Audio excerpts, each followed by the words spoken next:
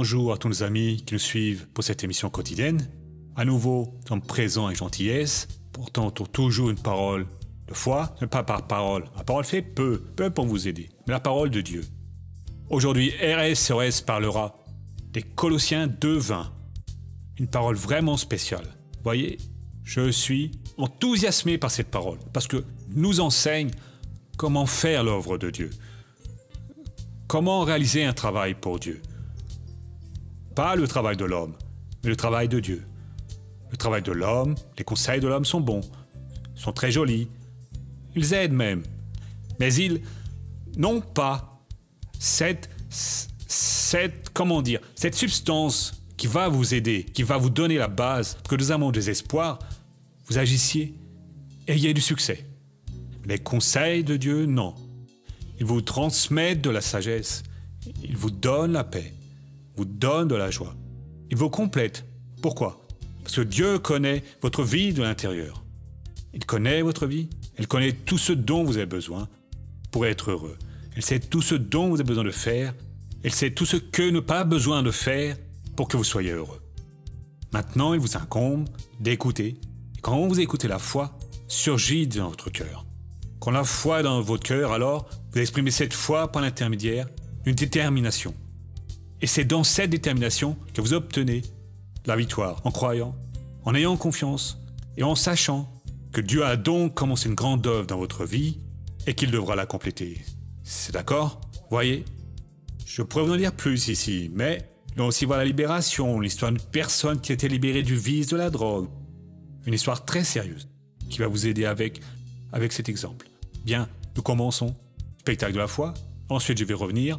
À tout de suite, au nom de Christ. Et je vous invite à rester reliés à cette œuvre que Dieu va faire. Nous ne sommes pas ici par hasard. Je viens au nom de notre Seigneur Jésus vous apporter la compréhension de la parole pour unir ma foi avec la vôtre.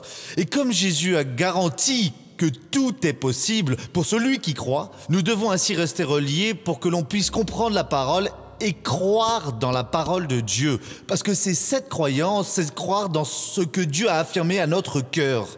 Nous sommes dans une série d'études sur un sujet qui, je le pense, n'avait jamais été étudié dans l'Église. Moi, pendant ces 50 et quelques années que je suis le Christ, jamais je n'ai entendu parler de cela. J'avais écouté avec attention que nous devons obéir à la voix de Dieu, accomplir les commandements, les statuts et les lois. Mais il y a une chose toute petite qui fait toute la différence. Je n'avais pas remarqué que ce sont les prescriptions, les règles et les ordonnances de Dieu. Le modus operandi, c'est-à-dire comment est-ce que l'on fait l'œuvre du Seigneur. Et là, nous avons commencé dans la Genèse, chapitre 26, quand Isaac, le fils d'Abraham, était parti en direction de l'Égypte. Il est arrivé à Guérar, qui est la terre des Philistins, à Abimelech, leur roi. C'était Abimelech, et le Seigneur Dieu a dit à Isaac, ne descends pas en Égypte. Et alors Dieu lui a donné une série de promesses et de commandements, et il a dit, c'est au chapitre 26, au début du chapitre. Et c'est dans le verset 3 que Dieu lui a parlé. Et au verset 3, il a fait les promesses dans le verset 3. Et dans le verset 5 de la Genèse 26, le Seigneur Dieu a expliqué pourquoi il est intervenu dans la vie d'Isaac en disant la chose suivante. Parce qu'Abraham m'a écouté et qu'il a gardé mes observances, mes commandements, mes prescriptions et mes lois. Si Abraham n'avait pas gardé parmi tant de choses les prescriptions de Dieu, le Seigneur Dieu n'aurait pas pu faire ce qu'il a fait pour Isaac, son fils.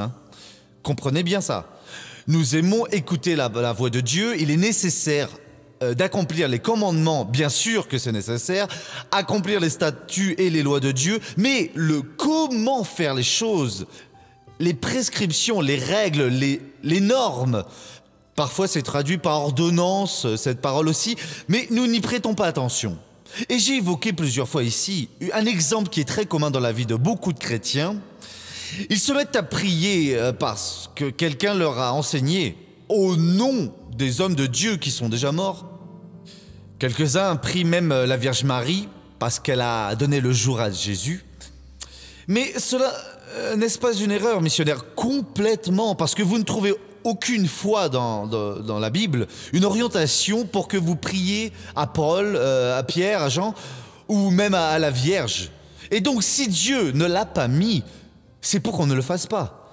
Quelqu'un a créé cette doctrine, et cela c'est une doctrine de l'homme.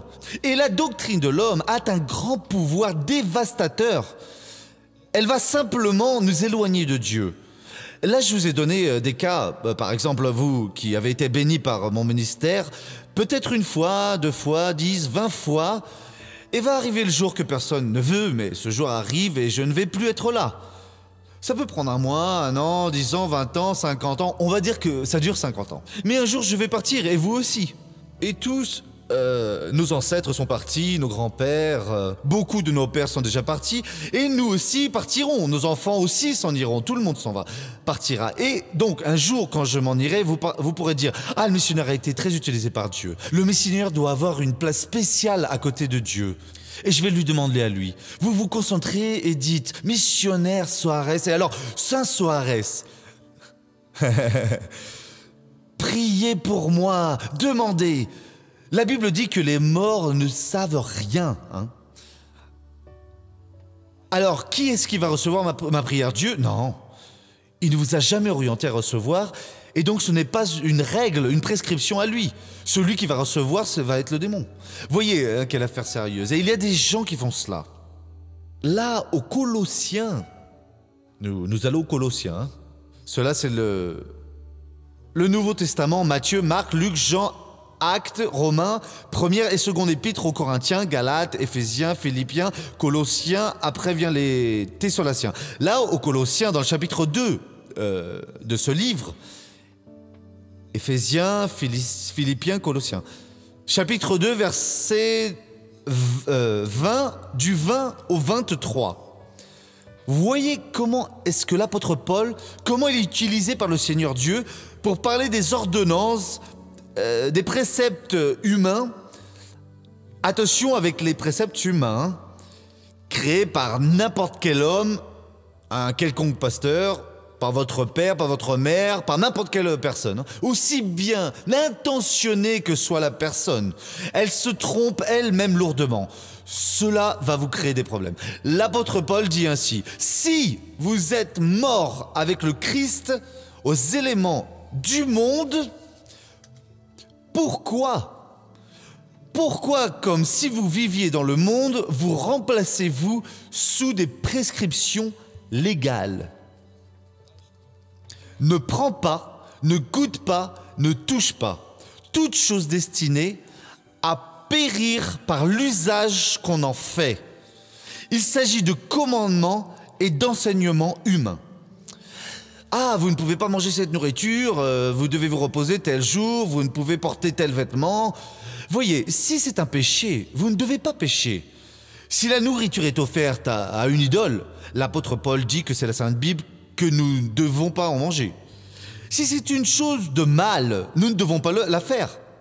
À présent, qu'est-ce qui m'empêche de porter un vêtement de bain et d'aller à une plage profiter d'une merveille que Dieu a créée? Et là, je vais m'entraîner à nager. Qu'est-ce qui m'empêche de manger une nourriture que Dieu a créée pour lui rendre grâce à manger? Non, cette nourriture, on ne peut pas manger. Une fois, une personne a dit... La viande de porc, on dirait du pu. J'ai dit non, la viande de porc, c'est du porc, un animal que Dieu a créé. Mais dans l'Ancien Testament, c'était interdit. C'est vrai, comme diverses choses étaient interdites, mais des prohibitions ne sont restées que dans 4 choses. C'est dans les Actes chapitres 15, 28 et 29, et tout le reste a été libéré. Pierre a vu un drap descendre du ciel et à une voix disait « Pierre, relève-toi, tue et mange ». Il a dit « Non, Seigneur, je ne vais jamais manger ça. J'ai jamais mangé une chose immonde et jamais je vais manger ». Et la voix dit « Ne considère pas immonde ce que Dieu a purifié, déclarant propre, saint tous les aliments ». Et donc, voici ici, voyez cela, ce sont des choses qui périssent par l'usage, selon les préceptes et les doctrines des hommes, lesquels ont en vérité une certaine apparence de sagesse. Vous voyez ce que Paul est en train de dire, ce ne sont pas des choses qui ont, comme Pierre a été beaucoup utilisé par Dieu. Il semble qu'il a, mais il n'a pas une dévotion volontaire, non obligatoire de la Bible.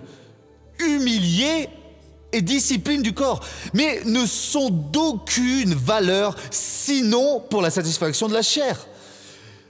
Ces choses n'ont pas besoin d'être pratiquées. Et nous avons vu ici le psaume 19. Le 19 nous donne ainsi une direction formidable. Nous allons là pour voir cela, le verset 9. Les directives du Seigneur sont droites. Elles réjouissent le cœur. Ainsi, les prescriptions de Dieu, elles ne font pas de courbe. Les ordonnances de Dieu, elles sont droites. Est dans la Bible ce que Dieu a interdit et ce que Dieu a permis. Quand c'est de l'homme, il invente quelque chose et cela reste confus. Et donc on dit ici, les directives du Seigneur sont droites, elles réjouissent le cœur. Quand vous rencontrez une interdiction de Dieu, vous ne restez pas ennuyé. Votre cœur reçoit une satisfaction. Et vous avez de la satisfaction à ne pas faire cela. Quand j'étais jeune, dans les bureaux de l'église à laquelle j'appartenais, il y avait plusieurs personnes qui discutaient et l'une d'elles, j'aime telle nourriture, j'aime bien cette nourriture, et moi, comme je suis de la campagne, j'aimerais bien manger. Alors j'ai dit, voyez, j'aime bien manger du boudin. Pour moi, il n'y a pas de chose meilleure qu'un boudin. Je ne sais pas si tout le monde ici connaît le boudin. Ça se fait par les grosses tripes, les tripes du porc. Après l'avoir bien lavé, on la retourne, on passe un citron, toute cette matière-là devient bien propre. Puis on remet le sang de l'animal qui est assaisonné. Certains mettent des herbes, d'autres n'en mettent pas. On attache, on cuisine, et cela pour moi c'était un aliment hors du commun. Comme j'aimais ça, un bon boudin. Et quand j'ai dit ça, une des personnes présentes, Madame Jeanne, a fait une tête de dégoût. Soares, vous mangez du sang? J'ai dit pourquoi pas? Je suis libéré en Christ. Elle a dit vous croyez en la Bible? J'ai dit principalement dans le Nouveau Testament. Car dans l'Ancien Testament c'était interdit. Ah c'est bien, et vous pouvez ouvrir votre Bible? Et j'ai dit je peux. Eh bien, lisez les Actes, chapitre 15. C'est celui que j'ai déjà lu pour vous. Je vais revenir à celui-ci au psaume, ok? Et j'ai lu, elle a dit en effet, quel est le verset que vous voulez que je lise? Elle a dit, avant que vous lisiez, je vais vous expliquer pour que l'on ne lise pas tout. C'est ce qu'elle me disait. Il y avait une dispute au sein de l'église chrétienne sur ce qui était permis ou pas du judaïsme dans l'église, parce que l'église à présent est libérée par le Christ et tout ça. Ainsi, les apôtres se sont réunis et ont pris la décision suivante. Lisez le verset 28, j'ai lu. En effet, il a paru bon à l'Esprit Saint et à nous-mêmes de ne pas vous imposer d'autres fardeaux que ce qui est indispensable. Qu'avez-vous compris? J'ai bien compris que le Saint-Esprit et les apôtres ne voulaient imposer à l'Église aucun fardeau non nécessaire, si ce n'est certaines choses nécessaires. Bien sûr. Et donc nous allons aux 4 choses. Elle a dit, très très lentement, s'il vous plaît. J'ai lu, à voix haute et les autres écoutant, que vous vous absteniez des viandes sacrifiées aux idoles. Qu'est-ce que vous compreniez? J'ai dit, ce qui est sacrifié aux idoles, si c'est fait avec l'intention d'un hommage, je ne sais plus, pour louer un certain saint, je ne dois pas manger. C'est la vérité. Lisez. Et du sang. Là, j'ai stoppé. Elle a dit, alors? J'ai dit, Jésus, le Seigneur me pardonne, mais plus jamais je ne mange du boudin de ma vie. Une prescription biblique, ouais. J'ai cessé sur le champ. Mon cœur s'est réjoui. J'ai vu que j'avais commis une erreur. Sur l'heure, j'ai demandé pardon. Pardonnez-moi, plus jamais je mangerai du boudin. Et plus jamais j'en ai mangé. Le commandement du Seigneur, ce qu'il demande, est pur. Il serait jamais... Voyez, Dieu ne fait pas un sale travail avec un résultat propre. La fin, comme l'on dit par ici, ne justifie pas les moyens. Les moyens doivent être purs pour que les fins soient pures. Si les moyens sont impurs, les fins seront impures. Voyez comme la philosophie de l'homme est différente. Il y a des choses que nous devons voir la finalité. Alors peu importe les moyens, ils importent si. Le commandement du Seigneur est limpide, il fait briller les yeux. Quand vous rencontrez le commandement qui est de Dieu et non pas de l'homme, votre vision spirituelle s'élargit. Vous comprenez, éclaircissez, et alors vous assumez ce qui est à vous. Et vous revenez ici aux Colossiens, où nous étions. Si vous êtes morts avec le Christ aux éléments du monde, pourquoi, comme si vous viviez dans le monde, vous remplacez-vous sous des prescriptions légales. Ne prends pas, ne goûte pas, ne touche pas. Ça veut dire, les choses que l'homme invente pourquoi? Pour améliorer son accès à Dieu, pour qu'il puisse être plus béni, mais cela ne vaut rien. Tout cela est une pure perte de temps, ça n'a aucune valeur. Comme dans le verset 22, préceptes qui tous périssent par l'usage et qui ne sont fondés que sur les ordonnances et les doctrines des hommes. Ils ont à la vérité une apparence de sagesse en ce qu'ils indiquent un culte volontaire, de l'humilité et le mépris du corps. Mais ils sont sans aucun mérite et contribuent à la satisfaction de la chair. Vous voulez faire plaisir à Dieu comme Abraham l'a fait? Obéissez à la voix de Dieu, au commandement qui est clair dans la Bible, aux prescriptions du Seigneur et pas ceux des hommes, aux statuts et aux lois. Abraham a satisfait, il a été l'ami de Dieu, vous allez faire plaisir et vous aussi serez amis de Dieu. Si vous ne faites pas cela, qu'est-ce qui se produit? Vous déclarez nulle la parole de Dieu. Matthieu, chapitre 15, versets 8 et 9. Nous avons déjà vu cela lors du dernier culte ici. Matthieu 15, versets 8 et 9. Ce peuple m'honore des lèvres. Ils sont en train d'honorer Dieu, mais juste avec les lèvres. Mais son cœur est très éloigné de moi. Pourquoi ils adorent? Pourquoi est-ce que le Seigneur raconte cela? C'est en vain qu'il m'honore en enseignant des préceptes qui sont des commandements humains. Les hommes ont inventé des choses, ils ont inventé dans leur vaine tentative. Mais missionnaire, on ne peut rien inventer, créer. Non. Le Seigneur Jésus a dit, je ne reçois pas de gloire des hommes, je n'accepte pas le témoignage humain. L'homme avec les meilleures intentions qui soit et qui soit le plus distingué parmi la multitude, qui est le plus près de Dieu, sa position est si basse qu'il n'a pas les capacités pour produire. Le roi David, quand il a compris cela, il a prié et dit, c'est de toi que viennent mes louanges dans l'assemblée nombreuse. C'est l'onction du Saint-Esprit en nous qui nous enseigne à prier au nom de Jésus, à louer notre Dieu, à adorer. Cela ici, ce peuple m'honore des lèvres. Ils étaient en train d'honorer Dieu, mais avec les lèvres, ça veut dire des choses de l'homme. Mais son cœur est très éloigné de moi. C'est en vain qu'il m'honore, en enseignant des préceptes qui sont des commandements d'hommes. En vain qu'il faisait tout cela. Tout ce que la Bible, la parole de Dieu ne dit pas, ne le faites pas. Cela, c'est un précepte des hommes. C'est une chose inutile, qui n'a aucune valeur. Mais j'ai passé toute ma vie au service de Dieu parce que j'étais consacré à tel saint, à telle personne. J'ai donné ma vie, j'ai prié. Ça n'avançait à rien. Ce fut en vain. Un précepte de l'homme. Parce que si Dieu avait voulu que cela soit fait, il l'aurait noté ici. Et vos pasteurs, tous vos leaders, les chrétiens, quand ils seront martyrisés, ils vont atteindre une meilleure position et vous pourrez leur demander et ils feront l'intercession. Il n'y a pas cela. Au contraire, c'est écrit en lettres majuscules pour que tout le monde puisse lire. Entre Dieu et l'homme, il n'y a qu'un médiateur qui est Jésus-Christ, le juste. Il n'y en a pas d'autre. Jésus lui dit, Jean 14, 6, « Je suis le chemin, la vérité et la vie. Nul ne vient au Père que par moi, l'unique. » Voyez, Faites ce que Jésus est en train de dire. Réjouissez votre cœur et vous allez être heureux. Oubliez ce que les hommes disent. Vous allez être très heureux juste en accomplissant la parole de Dieu. Regardons maintenant le feuilleton de la vie réelle.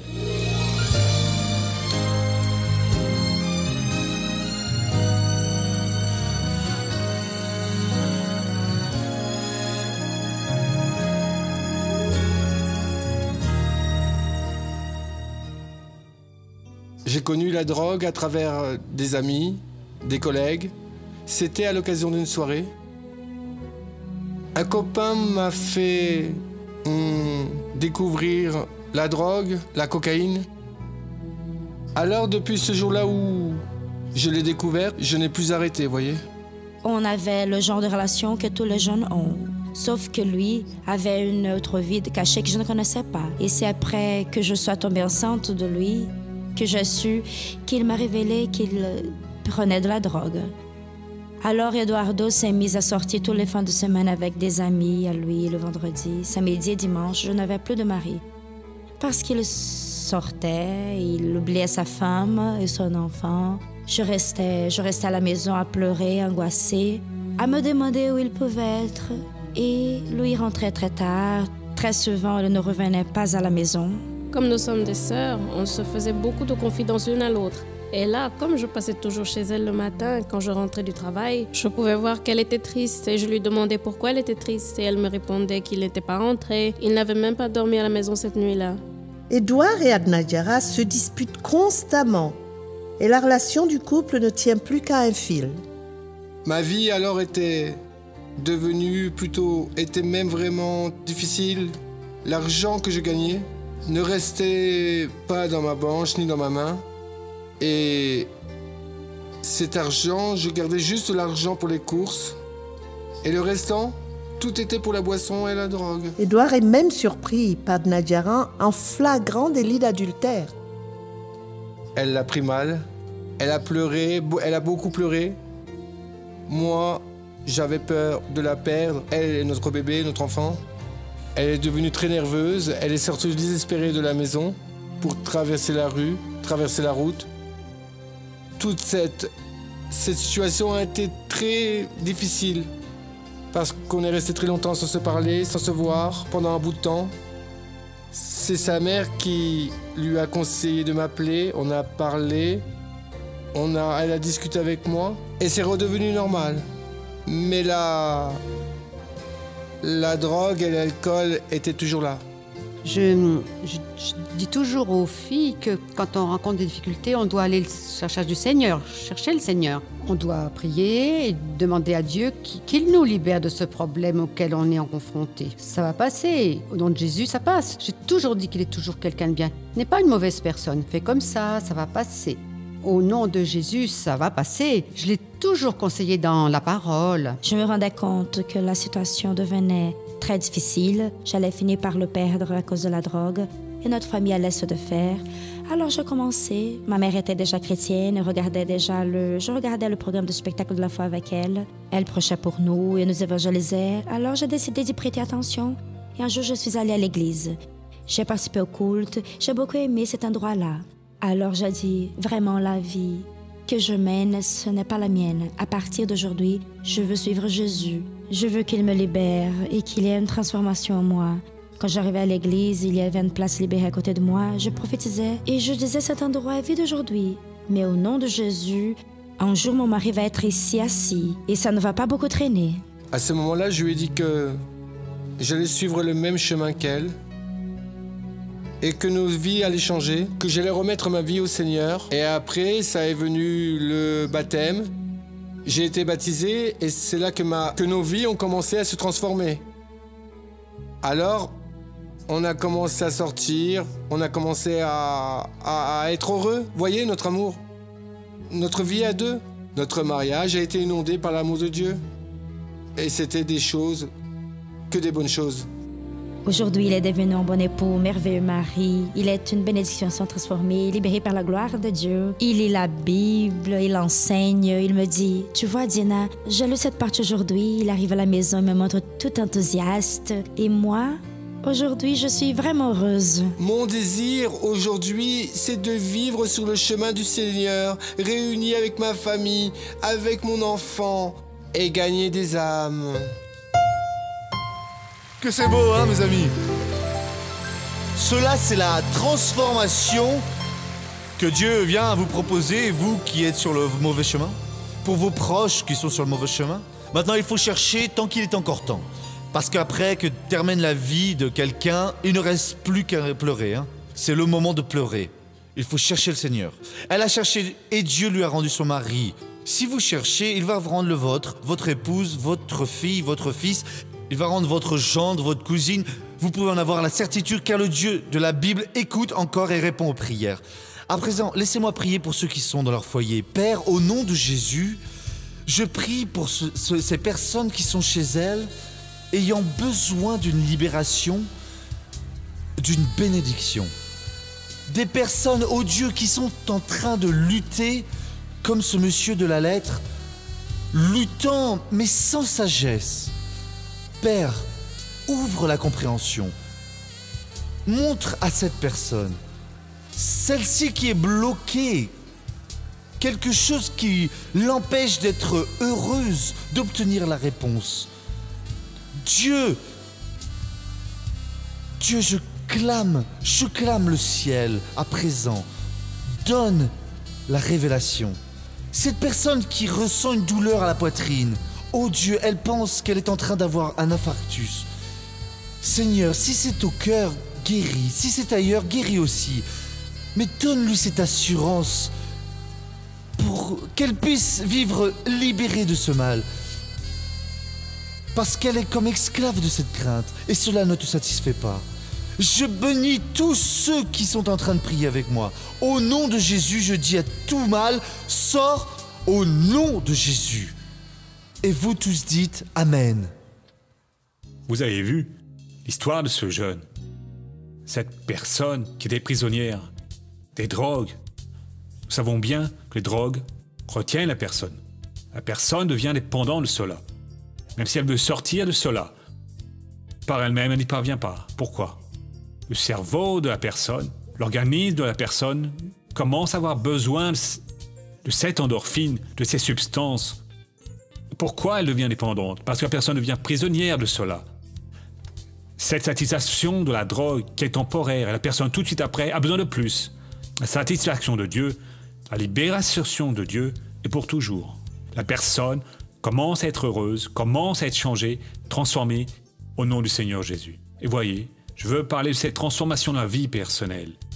Votre vie, mes amis, peut être grandement bénie quand vous croyez dans la parole de Dieu. Dieu appelle des personnes aujourd'hui pour qu'elles deviennent les parrains de son œuvre à lui. Qu'est-ce que les parrains doivent faire ? Croire, confier l'appel que Dieu leur fait. Si Dieu vient vous appeler maintenant, vous allez appeler ce numéro qui apparaît sur le téléviseur, et vous allez parler avec une hôtesse d'accueil et dire « Voyez, j'ai reçu un appel pour que je devienne un parrain. Je voudrais savoir ce que je dois faire pour l'être. Comment ça fonctionne ?» Vous recevrez alors toutes les informations au nom de Jésus. Gardez votre confiance en Dieu. Sachez que Dieu vient inspirer votre être à devenir une bénédiction, à être réalisé, à être heureux. Il vous suffit d'avoir confiance dans le nom de Jésus et vous verrez la gloire de Dieu bénissant votre vie avec son pouvoir à lui, au nom du Seigneur Jésus-Christ. C'est d'accord ? Bien. Nous avons aux dernières secondes de cette émission d'aujourd'hui. Que Dieu vous protège. Nous revenons à la prochaine opportunité. À bientôt, au nom du Seigneur Jésus. Ciao.